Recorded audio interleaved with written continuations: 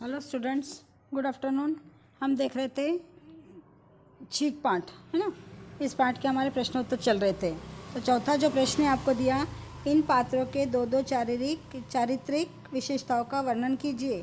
तो पंचमिश्र, गायत्री, देवी दिन और संपत, ये पाठ के ऊपर आपको पाठ पढ़ो और इसको तो इनके कैरेक्टर आपको दो लाइन में, चार लाइन में आपके हिसाब से आपको लिखना है। ठीक है, आप लिखो प्रश्न। उसके बाद हम देखेंगे भाषा की बात, इसे पढ़कर समझिए। मैंने विष्णु भगवान से मांगा, मैंने विष्णु भगवान से सोना चांदी मांगा।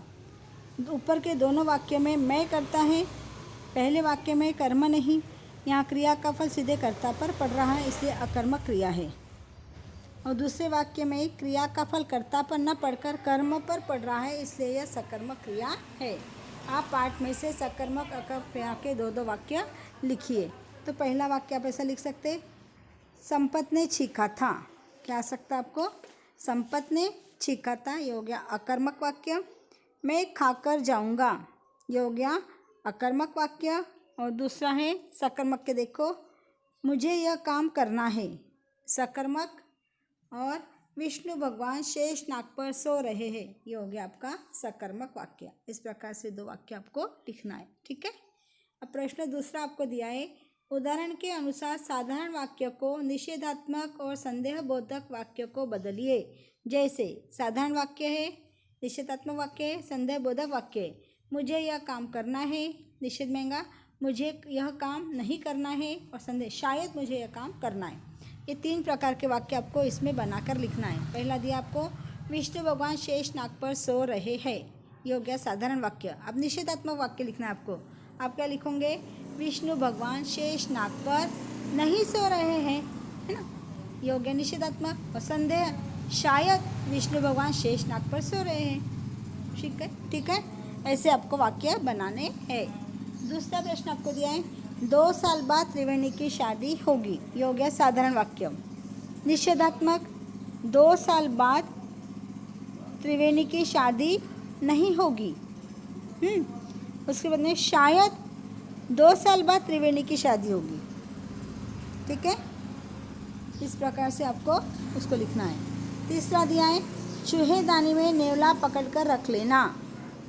निषेधात्मक, चूहेदानी में नेवला पकड़कर मत रख लेना या नहीं रख लेना, है ना, हो जाएगा ऐसा।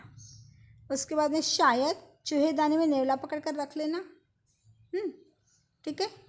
चौथा, मैं दही खाकर जाऊंगा, मैं दही खाकर नहीं जाऊंगा, शायद मैं दही खाकर जाऊंगा। आगे ध्यान में, इस प्रकार से आपको वाक्य बनाने हैं। अब अगला प्रश्न आपको दिया है, दो अर्थ लिखना है आपको, 2 अर्थों के अनुरूप वाक्य बनाना है। सोना, सोना बोले तो एक धातु हो गई, और सोना बोले तो नींद में सोना। इस प्रकार से 2 वाक्य आपको लिखना है। हम लिख सकते हैं, सोना बहुत अमूल्य है। और दूसरा लिखता है, कुंभकर्ण का सोना, कुंभकर्ण सोना पसंद करता था। दोनों आगे इसमें। अब कल, कल यानी क्या होता है? कल का मतलब होता है कि आने वाला दूसरा दिन। और कल का मतलब होता है कि जो मशीनें होती है, उसके जो पुर्जे होते हैं, उसको कल बोला जाता है। तो हम लिखेंगे, मुझे कल सुबह अमरावती जाना है। और कल विश्वकर्मा जयंती के दिन कल पुर्जों की पूजा होती है। कल पुर्जे यानी मशीनों के व्यक्ति हैं, मशीनों के जो वो होते हैं साधारण, उनके जो पदार्थ होते हैं उनकी।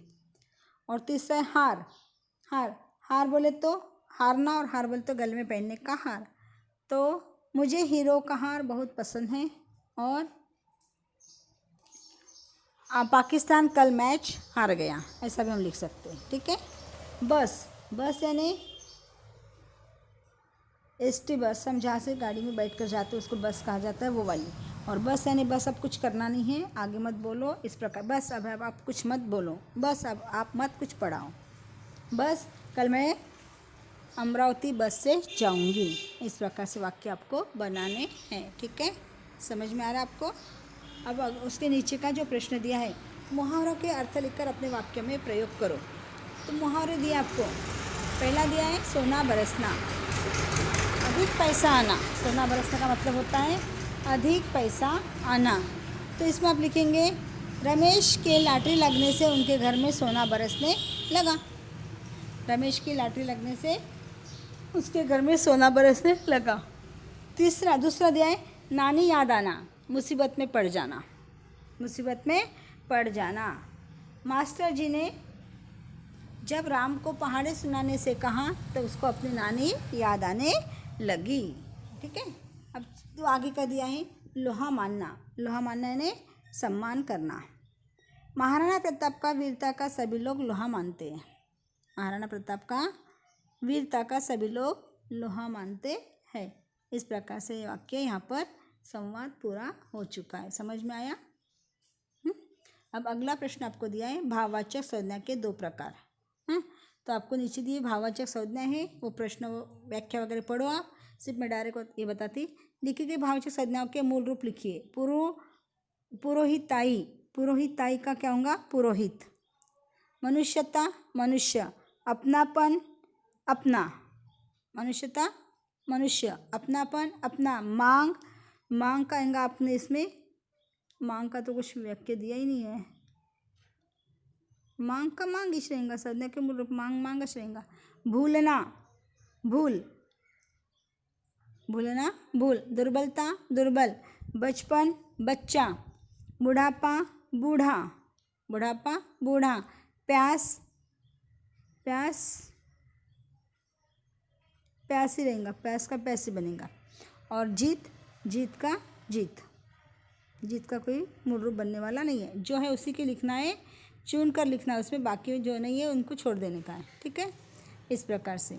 और आपको दिया है बहुविकल्पी प्रश्न MCQ।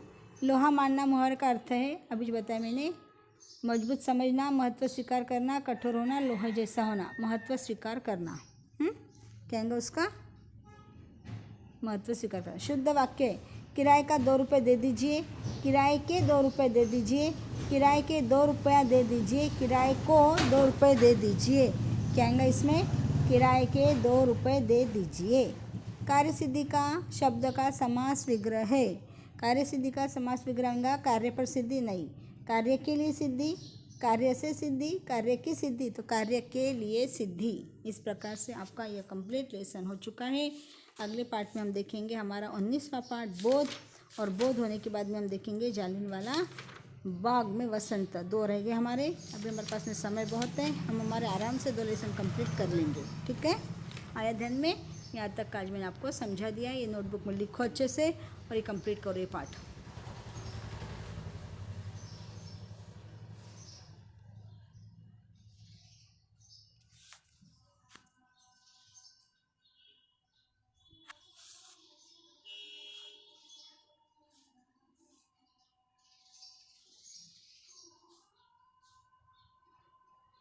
भाई आया ठीक है। 7 मिनट का इतना सारा पढ़े ना, बक बक करते बैठी ना।